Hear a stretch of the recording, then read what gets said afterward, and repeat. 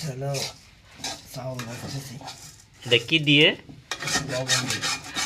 এটা কি লবণ? লবণ দিছিস তার লাল হয়েছে কেন? সেটাই তো করতেছি যে এরকম কুড়া মুড়া করে যায়।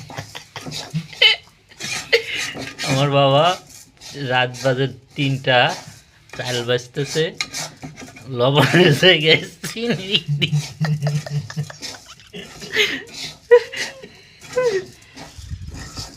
এদিক তাকা, এটা হাসি দে।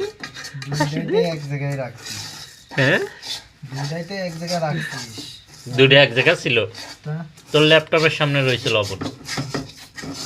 ও সেই মজা, কালারটা তো দারুণ, দারুণ কালার, একদম মুয়া, মুড়ির মুয়া হইবে না।